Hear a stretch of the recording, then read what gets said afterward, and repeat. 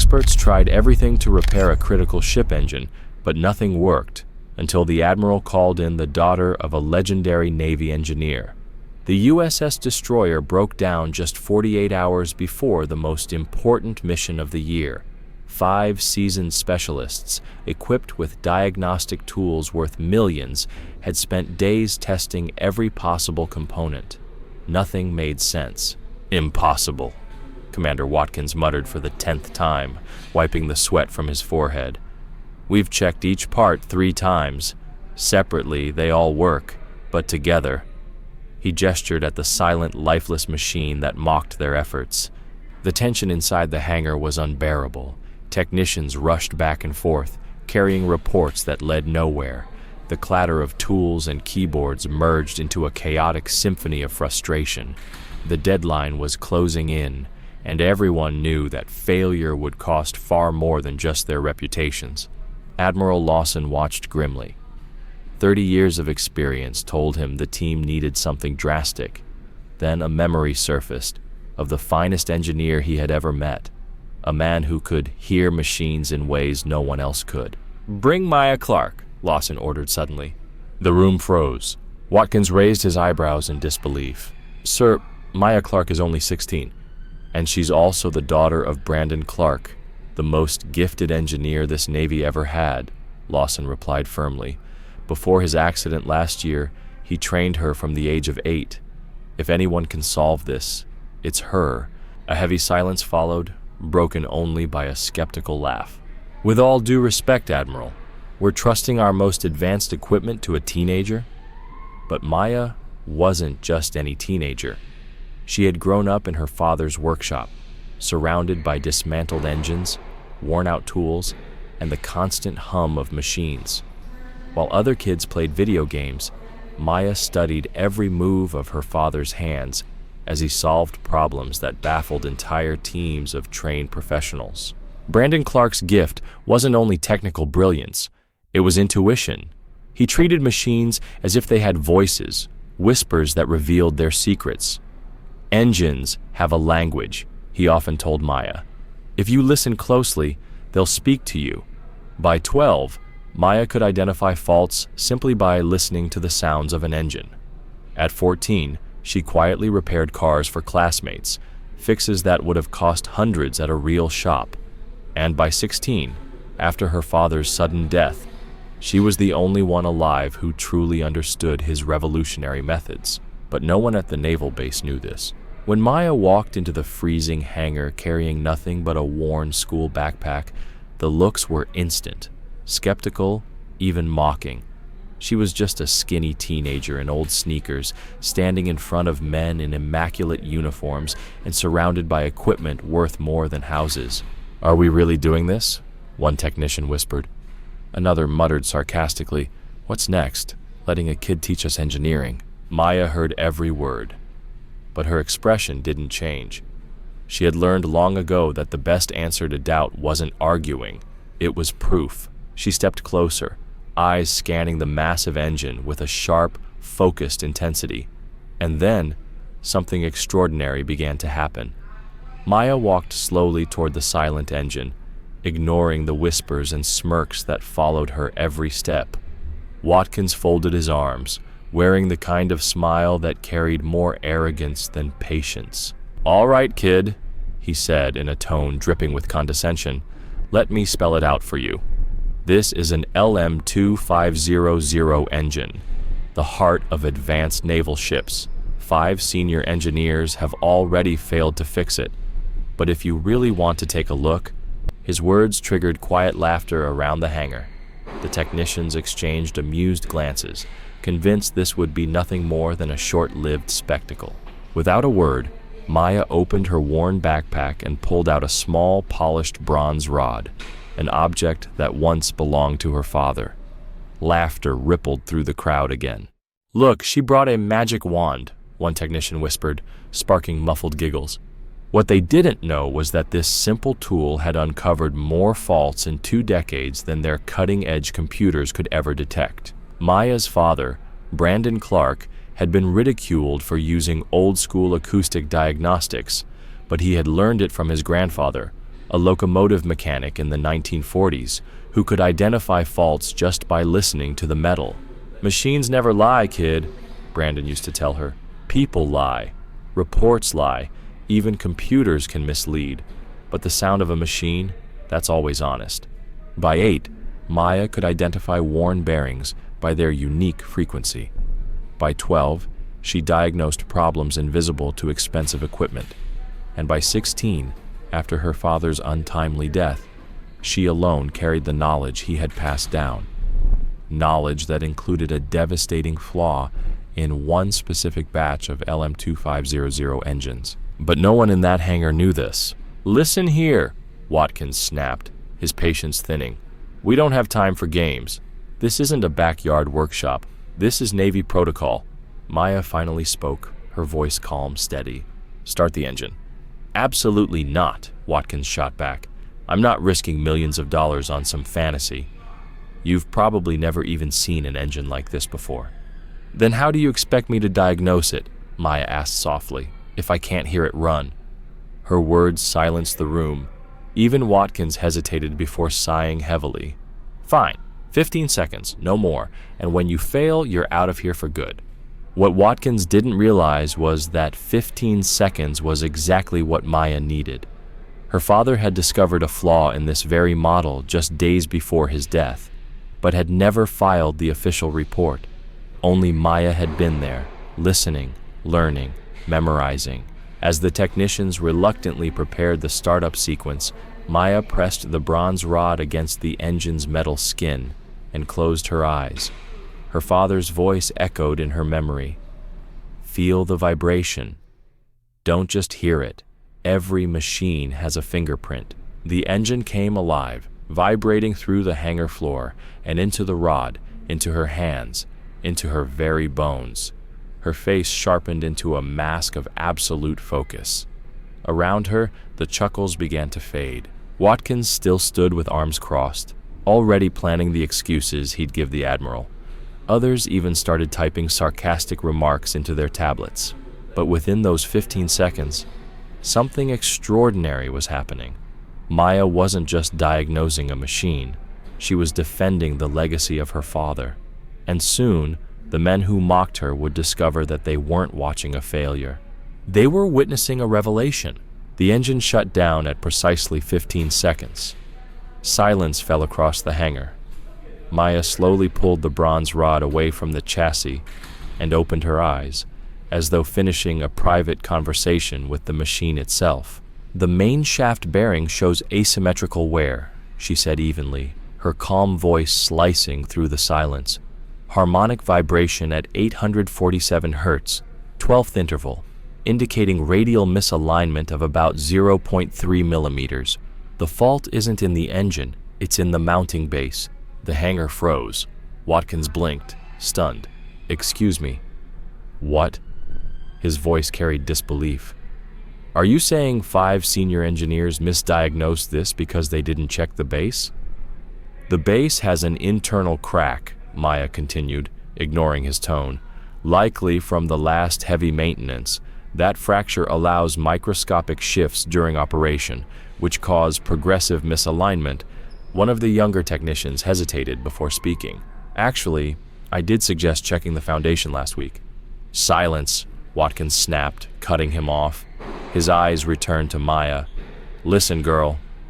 Throwing around technical jargon doesn't make you an engineer. Identifying complex structural faults requires years of training you simply don't have." What he didn't know was that Maya hadn't memorized anything. She had lived it. At 13, she had spent 6 months helping her father investigate the exact same issue on a retired engine. Brandon Clark had long suspected that flaws in support bases were quietly overlooked, though he never lived to prove it. Maya had been by his side as he documented every sound, every frequency, every hidden vibration that betrayed the truth beneath the surface. "High-tech equipment can miss what the ear can hear," Brandon used to tell her. "Computers can overlook cracks, but a simple rod and a trained ear can't be fooled." Admiral Lawson, who had remained silent until now, finally stepped forward. "Watkins," he asked coolly, "how many times have you inspected the mounting base?" Sir, we followed all proper diagnostic procedures, Watkins stammered, his confidence faltering. We focused on the engine itself. That's standard for this type of failure. In other words, Lawson said flatly, you never checked the base. A murmur rippled through the room. Some technicians shifted uncomfortably, realizing she might be right. With all due respect, Admiral, Watkins interjected quickly, trying to recover.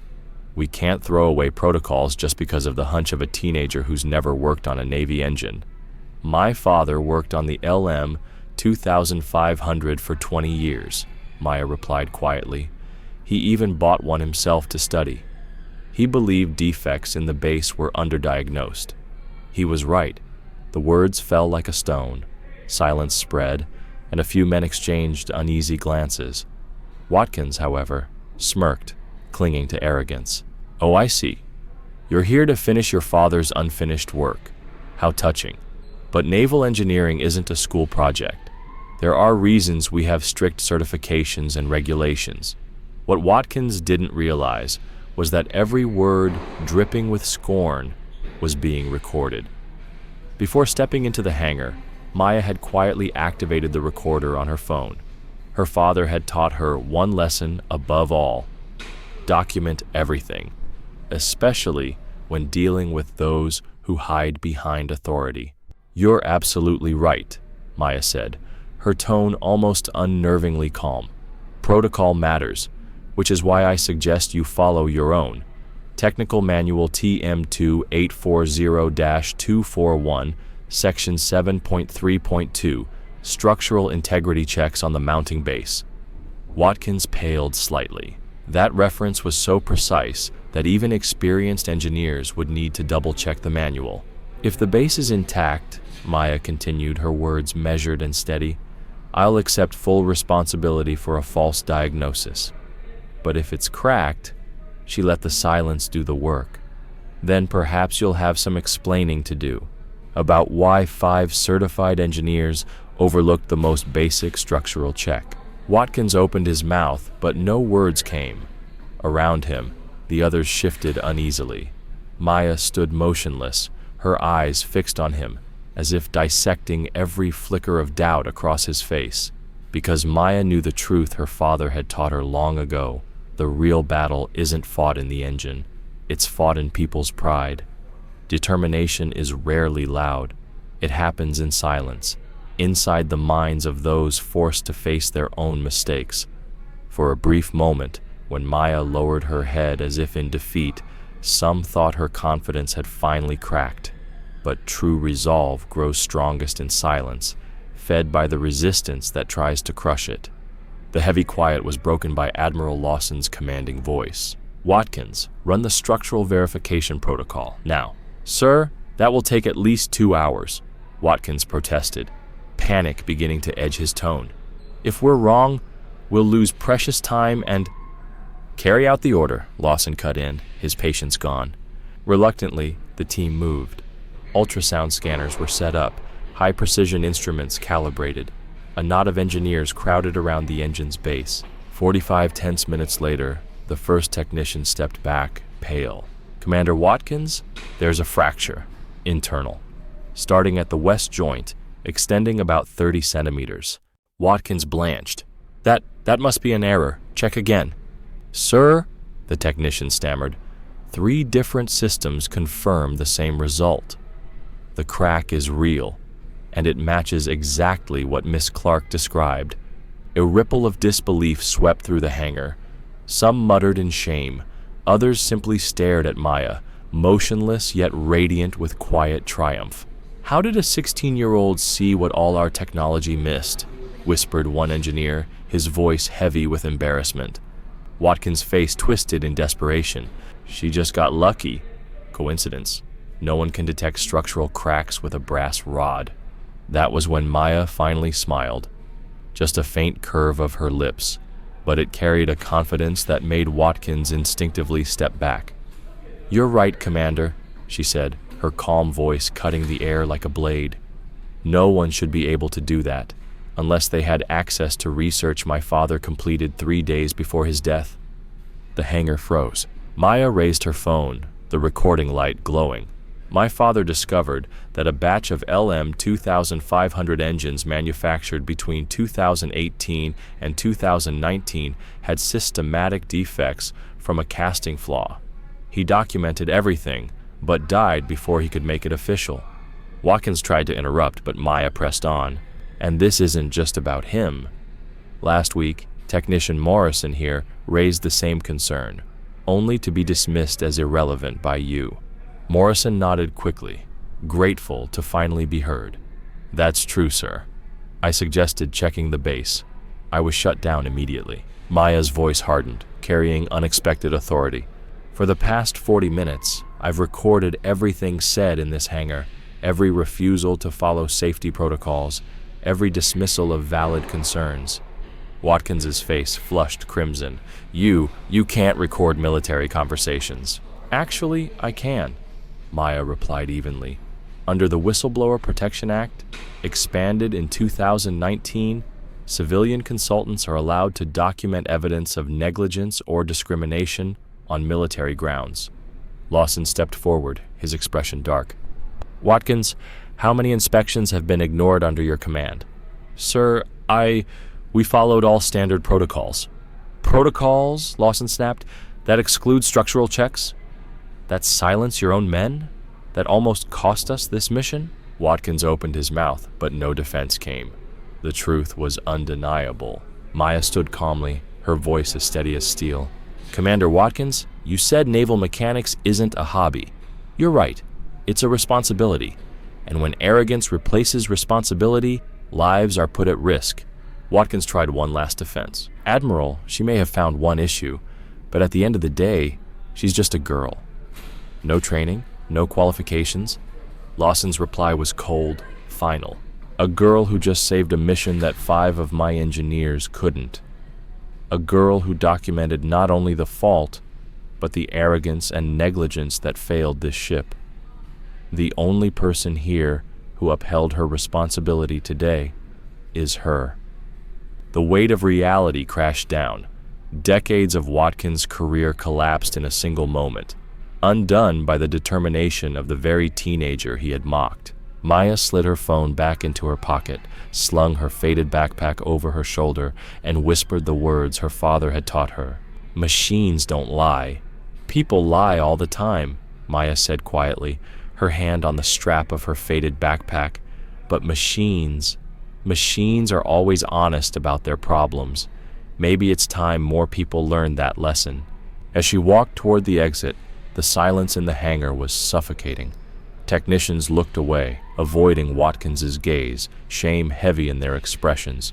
For a moment, it seemed Watkins's humiliation had reached its end. But at the door, Maya paused. Slowly, she turned back, her eyes locking with the commander's. Commander, she said evenly, there's something I forgot to mention. My father left behind 20 years of research on systematic defects in naval equipment, documentation the Navy never received. This recording is going straight to the investigation department, along with evidence of negligence and bias. Good luck explaining why 5 trained engineers missed what a teenager found in 15 seconds. Then she was gone, leaving a silence more deafening than any engine roar. 3 weeks later, the results of the inquiry were devastating. Commander Watkins was dismissed for gross negligence and misconduct. His career, built over decades, was reduced to a cautionary tale. Maya's recording became the centerpiece of the investigation, and his behavior a case study in how arrogance and prejudice can endanger national security. Morrison, the young technician who had tried to speak up, was promoted to lead the new diagnostics division.